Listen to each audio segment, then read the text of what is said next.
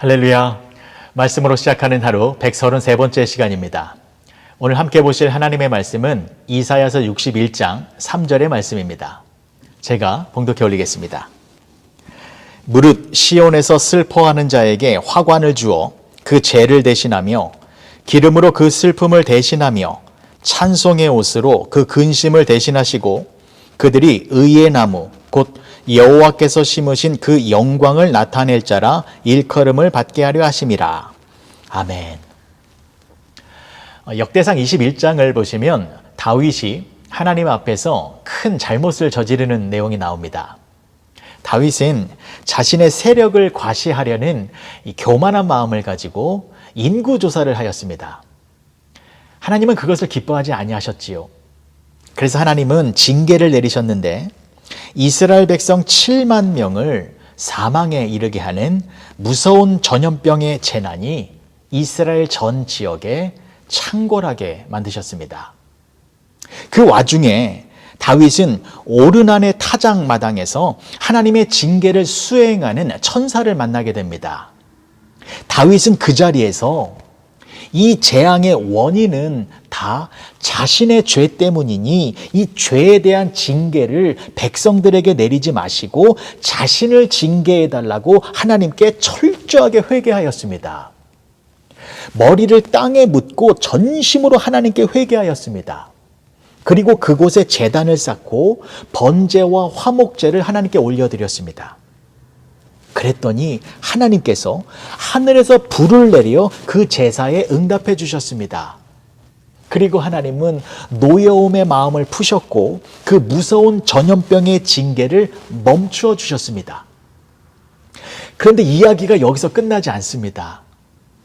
다윗은 하늘에서 불이 내려오는 것을 보고 이 오르난의 타작마당을 장차 하나님의 성전을 지을 장소로 지정하였습니다.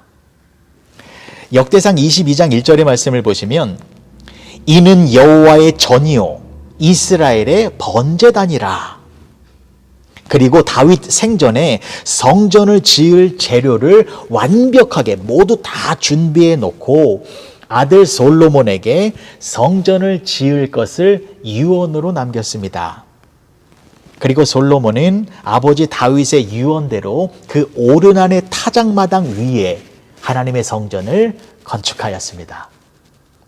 그러니까 다윗의 잘못으로 7만 명의 백성들을 죽음에 빠뜨린 그 무섭고 두려운 징계의 장소에서 하나님께 간절히 회개하자 하늘에서 불이 내려졌고 그곳이 나중에 이스라엘에서 가장 영광스러운 예배의 자리요 하나님의 성전의 터가 되어졌다라는 것입니다.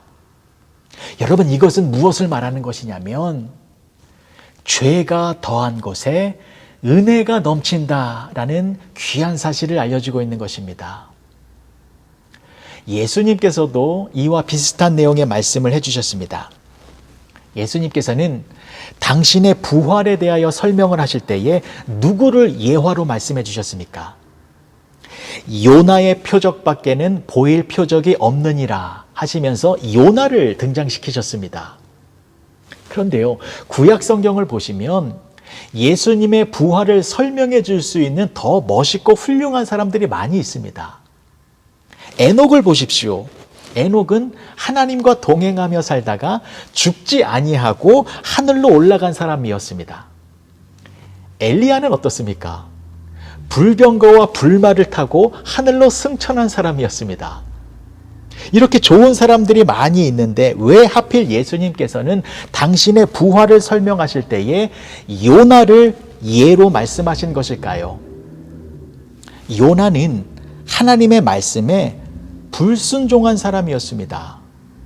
그래서 풍랑을 만나 물고기 뱃속에서 3일을 지냈는데 왜 하필 이 불순종한 요나를 예로 드신 것일까요? 여기도 마찬가지입니다. 죄가 더한 곳에 은혜가 넘치기 때문입니다. 요나는 물고기 뱃속에서 하나님께 철저한 회개를 했습니다.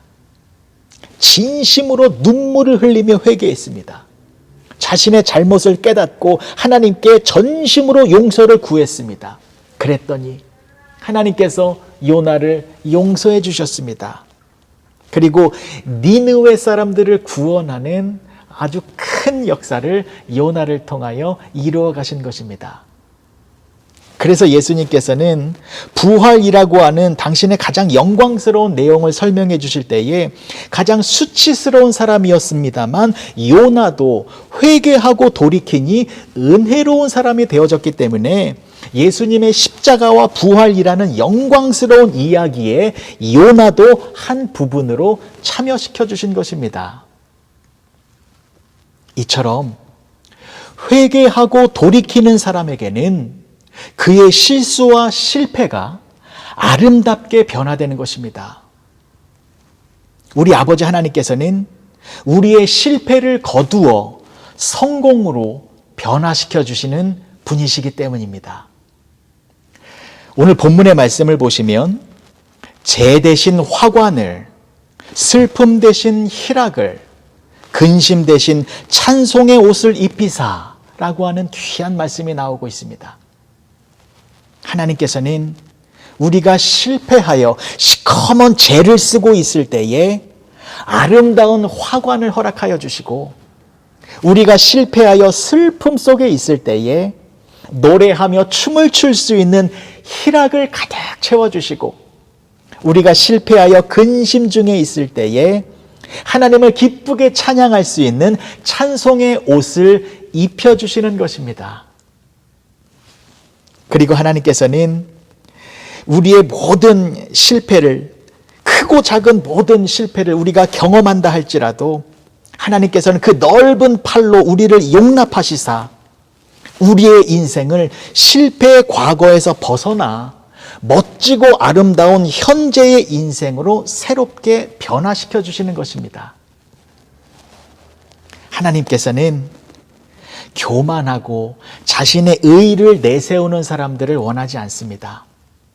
오히려 다 무너진 사람, 다 실패한 사람, 다 깨어진 사람, 그렇게 연약하여서 오직 하나님 앞에 겸손히 무릎을 꿇고 하나님만을 의지하는 사람들을 귀하게 세워주시고, 그러한 사람들을 귀하게 높여주시고 축복해 주시고 새로운 힘과 소망을 허락해 주시는 것입니다. 오늘 하루 하나님 앞에 겸손한 모습으로 나아가시기 바랍니다. 하나님께서 여러분들의 모든 사정을 다 알고 계시기 때문에 재 대신 화관을, 슬픔 대신 희락을, 근심 대신 찬송의 옷을 입혀주실 것입니다. 그렇게 새로운 은혜의 역사가 일어나는 복된 하루가 되어지시길 주님의 이름으로 간절히 축복합니다. 기도하시겠습니다. 좋으신 아버지 하나님, 은혜를 감사합니다. 세상 속에서 살면서 우리는 많은 죄를 짓고 또 많은 실패를 경험하고 있습니다.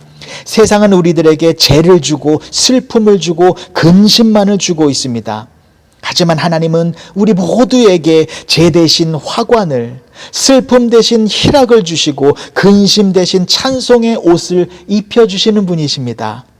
오직 하나님만이 우리의 참 소망이심을 잊지 아니하고 하나님 안에서 기쁨과 평강을 누리며 살아가는 우리 모두가 되게 하여 주시옵소서. 예수님의 이름으로 기도합니다. 아멘.